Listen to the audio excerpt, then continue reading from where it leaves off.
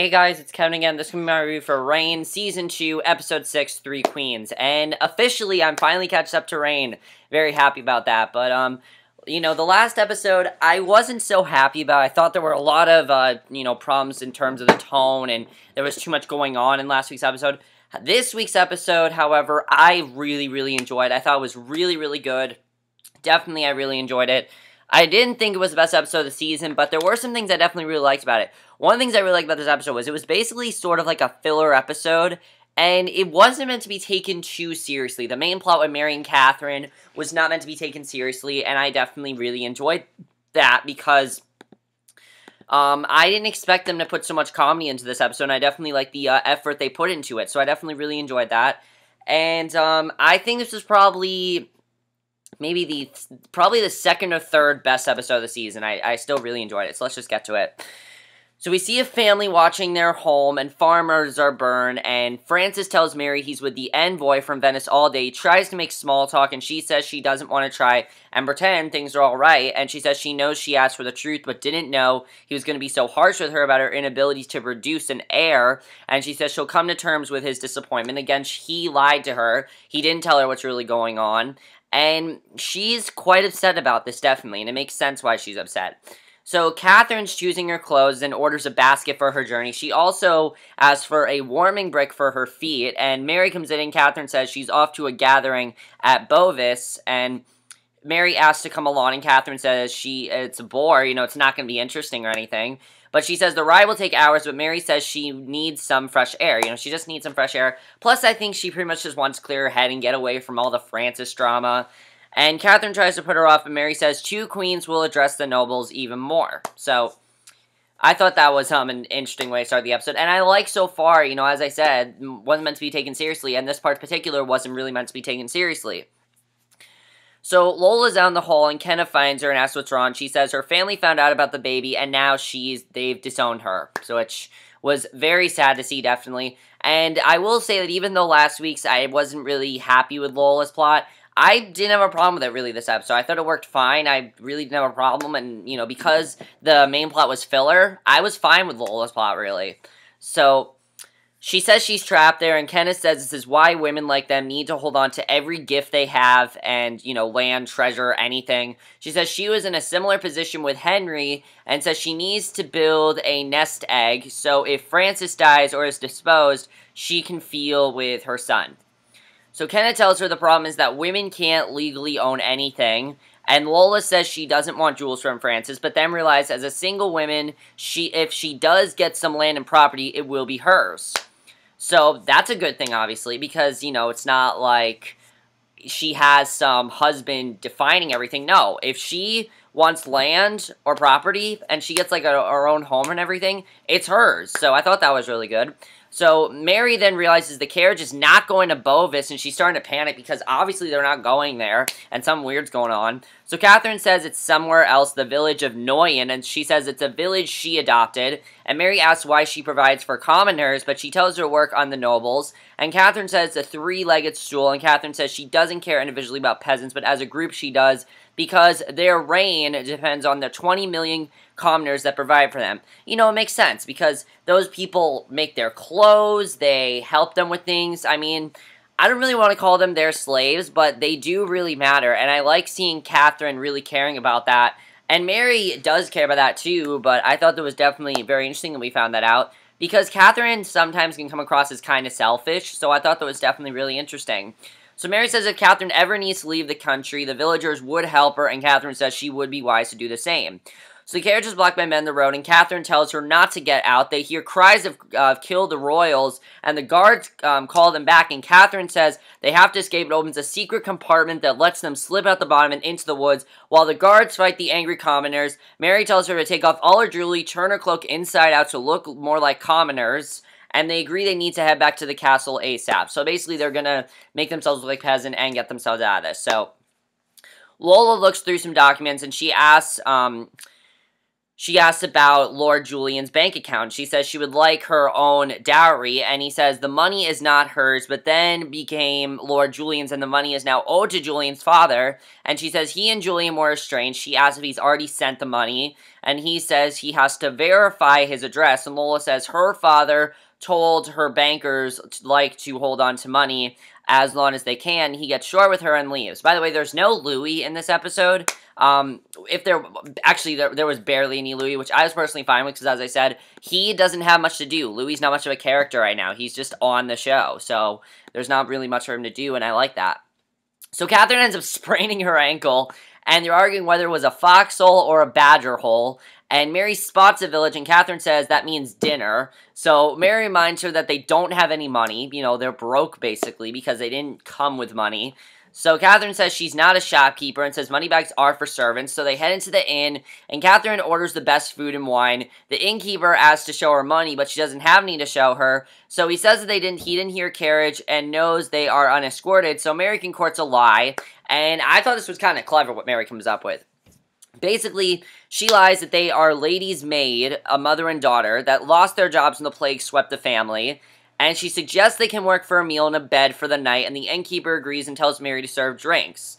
So, I thought that was a pretty well thought out plan, definitely because, they're in need of money, they're in need of this stuff, and now that they, can get it somehow, I thought that was definitely very clever. So basically, he tells Catherine she can milk the goat, but she says her ankle's injured and daughter can work enough for the both of them, and Mary's just smiling because this is their plan. So, the veterinarian envoy sucks up to Francis when Bash and Leith pull him aside, and Francis announces to the group that Mary and Catherine's carriage went missing, and says all the guards and nobles need to search for them. He appoints Bash his temporary replacement and heads off, and Catherine and Mary eat their hard-earned dinner and are pleased to hear people in the inn toasting the king and queen. So, Catherine says they need to buy a horse, and Mary asks if she knows how much a horse is. They can't show their jewels, or they'll be killed for them, so they have to wait it out until Francis finds them, because they can't just, get the jewels and everything. So, Narcisse approaches Lola and says he heard about the deal with her dowry, and she asks how he knows, and he says he's the largest depositor at the bank and says they are all terrible gossips. He says he could use his influence to get her money if she will have tea with him, and she thanks him but says she's not sure it's a good idea, and he says he wouldn't press a lady but hopes she reconsiders, and he leaves her there. Now, I wasn't exactly keen on the idea of a Lola and Narcisse relationship, but I gotta say, I liked the chemistry between them this episode. I did. I kind of like the idea of them together. I like that it's very unexpected, and I definitely like where they're going with that, so we'll get to more of that later, basically, but I thought that was interesting. So Catherine finishes her food and tells Mary that they can entertain each other because they're stuck, and she asks why Mary wanted to go to Bavis so ardently, and Mary says she wanted to see a sacred shrine she heard was there, and Catherine says the patron saint of bearded ladies, and Mary says a physician noted for his work with women's problems, and Catherine says that means fertility problems, and says she herself struggled with fertility for a while, and Mary asks why she torments her then, and Catherine says it was good fun. So, basically, Catherine tells her arguments and discord are what's normal in a marriage, and Catherine tells her she talks to her the way she does, because, and I thought this was interesting, because, Catherine always makes herself better than Mary is, always seems to try to make herself better, and we kind of find out why. Because she's been down this road herself, and says foolish romantic notions will not do her any favors. Think about it. Her husband, of course, was a terrible king. He ended up dying, basically, and was killed by Francis, so I can understand why she's saying that. So she tells Mary to give up on the dream of perfect intimacy and tells her to accept a distance and do her own work and have her own life. And it kind of makes sense of what she's saying there. I mean, she's the queen, so she needs to sort of do her own thing and basically just be a good queen and not focus so much on her and Francis' relationship. I definitely agree with what she's saying there. So the royal carriage is announced. They run to the door, expecting that, they're like, what's going on here? And they find out that there are two imposters in their carriage pretending to be Francis and Mary. And I thought that was I was just like, what the fuck is going on here? Because, clearly there are two imposters they're not really Francis and Mary, and there's definitely something going on. So, they're in fancy clothes, and they're wearing jewels. They likely found the carriage, and the two women, they're horrified at this. They're obviously horrified. They have no idea what's going on. They're as confused as I am right now, because I'm extremely confused. I'm like, why is this happening? So the fake king says that the plague is taking a dread toll on the land, says the nation's enemies are massing on their borders and ask for money for the troops. They're really just saying a bunch of bullshit. Everyone's freaking out over what they're saying, which is understandable why they're freaking out. It makes sense. So Mary is shocked they believe him, and Catherine says most don't know what she and Francis look like, which I thought was interesting that they don't know that. And Catherine says it's a masterful exploitation, and that was definitely very interesting. So, Lola tells Ken about the invitation to tea with Narcisse, and Lola says Narcisse didn't kill his wives, and he seems very believable, and she said if things go bad, she can just walk out. She also says he's the butterfly man with the journal, and Ken is excited about that, because he's the one that made that sex journal. So, obviously, Ken is kind of excited about that and everything, and she says she's not intrigued about him, but Kenna doesn't believe it. And again, guys, the reason I was fine with this plot was because this was a fun plot last week, you know, it was just a fun plot, and the way the episode was, it was just a fun episode, so the way that was going, I was fine with this, definitely. So, basically, the villagers ask the fake king and queen questions about Catherine's insane tortures, and Mary tells them there's a pond of donkey's milk the women bathe in, and one woman asks if passersby see them, and the fake Mary says the men have to turn their heads on the penalty, or the penalty is death. So, you know, this is basically all bullshit. None of this is true. We know this is not true. So one man says he's brought up his card to court and he has never seen such a thing. The crowd starts to turn ugly, but Mary stands and says he must have gone near the North Keep and says the pond of milk is the South Keep. And I thought that was interesting that Mary just straight out said that, because one, she's not the queen here, and she seems like she's smarter than the queen. And Catherine asks why she saved her, and Mary says the woman doesn't deserve to die for being foolish, and that she basically has a plan. So I really like that Mary had a lot of plans and stuff, so I thought that was definitely really good. And the fake queen gives her an appreciative nod. And basically, I was like, well, what's Mary really trying to do here? Because obviously, she's not happy that this woman is pretending to be her, but she doesn't want her to die, so what's really her angle here? That's what I wanted to know. So Lola's amazed that tea with Narcisse really is tea outside in the sun by a lake. You know, she thought it was going to be this whole, like, rich thing, this big thing and everything, but it turns out, no, it's just tea outside by a lake. And they are near an archery range, and he offers to teach her how to shoot. He pushes up her sleeve and puts on a brace to protect her arm. And I must say, these two actually have a lot of chemistry, which I thought was definitely very surprising. And especially because Narcisse is our main villain here, I'm thinking that maybe Lola is actually going to make Narcisse a better person, just because of the chemistry they have, definitely. It reminds me very much of, like, Klaus and Caroline on the Vampire Diaries, how when they're together, Klaus is, like, not as bad. Well, he's not bad on the originals anymore, but you know how, like, on Back of the Vampire Diaries, like, he was a really ferocious monster, and then when he was with Caroline, it was better? That's a lot like how Narcisse is with Lola. I mean, he's a lot more, you know, charismatic. He's a lot more likable when he's with Lola, too, and I definitely really enjoy that about his character. I think that definitely is very interesting. So he says, mistakes in this game can hurt. She necks an arrow and aims, but he says she needs to go slower and really see her target and understand what she's aiming for. So he adjusts her and coaches her standing close by. She shoots and nails a bullseye and is pleased. He says the trick is to keep it going after a promising beginning, and now she's intrigued.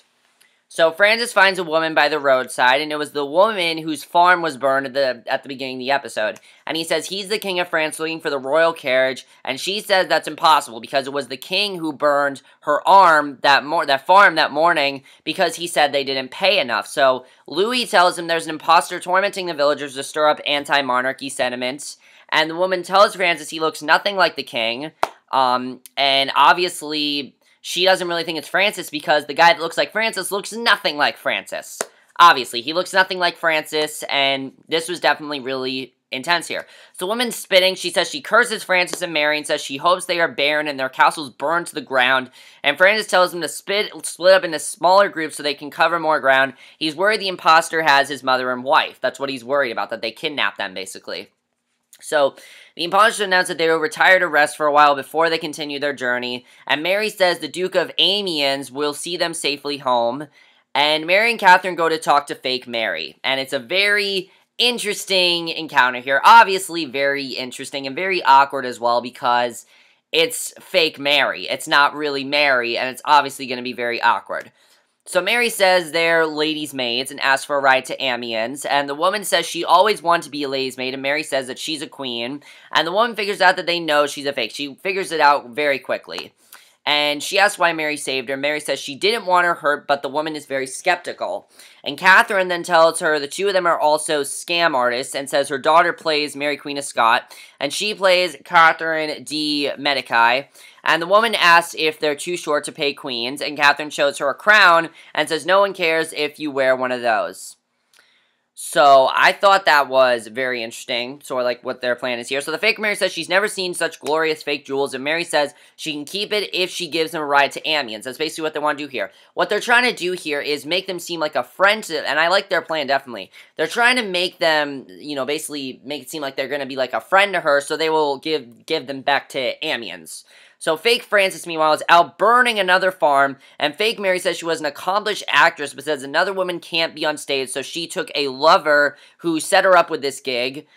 And fake Frances comes in, demands to know what she told them. She tells him that they're like them, and you can tell right away that this fake Frances is definitely a lot more intense than regular Frances. I mean, definitely fake Mary is just funny to watch, but fake Frances is definitely very intense. And he tells his fake guards to keep Catherine and Mary from leaving while he deals with his queen. And they hear him slap her and the girl cries. And I thought that was just, wow, that was an amazing twist. He basically abuses her. I wasn't expecting that. So basically he's upset that she blew their cover because that wasn't their plan.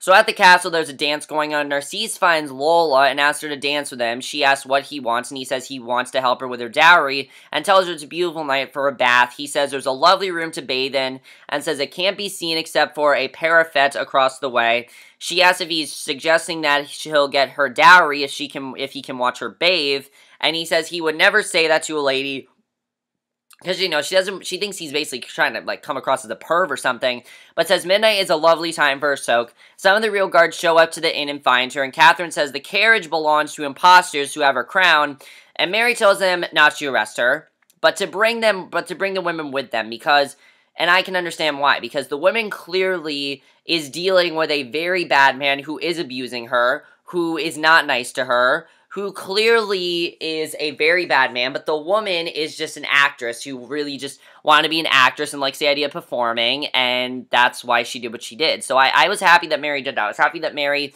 didn't have them arrest her. I thought that was good. So the guards kick in the door, and the man tells them that that was the real Mary and Catherine, and the man says neither he or Jenny told the queens anything, and he says that's good, and runs the man through the knife, and then his guards kill the fake guards, and all that's left is the woman Jenny. That's the name of the woman, by the way, is Jenny. The man quiets her and says it's all right, and he tells her not a word, and kisses her and says they may both get out of this alive. He tells his man they are going to bury the two queens, and Jenny sits in the carriage with Mary and Catherine, and Mary says they should have been on the main road by now. And Jenny, meanwhile, she's crying. She's obviously very upset. And Mary commands her to tell her what's going on. Give her the guard, apparently. And I thought this was a very good twist. I love this. This was huge because we basically thought the king was her lover, but it turns out that's not true. Gifford the guard is her lover, not the fake king, and says he's going to hurt them. So I thought that was an amazing twist that's what's going on there. And I definitely really enjoyed that. Mary is a dagger. Catherine has a sharp hairpin, and they say Jenny can get close enough to kill him, and they can take his sword and fight off the other men. Obviously, they will have to kill him if they have to. So Jane says she can't, that she's a coward, and Catherine says that means that she wants to live. And Catherine instructs her on where she wants to stab him by poking at Mary with the hairpin. The carriage stops and the women are unloaded, and Mary demands to know why they stopped, and Gifford talks, and they realize he's working for Queen Elizabeth, who financed the actors to destroy her credibility. He muses how much she might pay if he rid her of her rival, and Jenny makes her move and tries to stab him, but he stops her, then kills the girl. So, they killed Jenny. I really felt bad because I wanted to actually see more of her, because I like Jenny overall. I thought she was a good character because she really was just a woman who was definitely going through a hard time, and, you know, was basically just an actress and everything.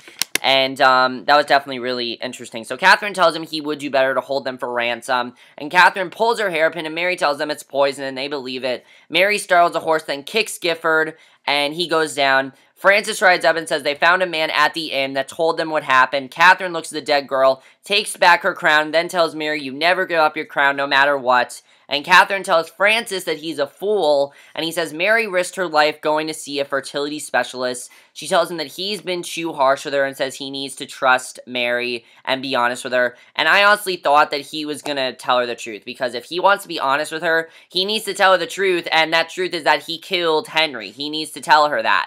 However, he's obviously not going to tell her that, but she says Mary is a childlike belief that a woman should trust her husband that she wishes were true, and she tells him that Mary's a fighter and someone to have on your side. And I understand Catherine's point here. Catherine has been through a lot, definitely, because again, her husband was a very bad man, and she pretty much just thinks Mary is like a child, basically, which she is kind of a child, because Mary's 16. She's not, 20-something. She's only 16, so she still does have that childlike belief, which definitely makes sense.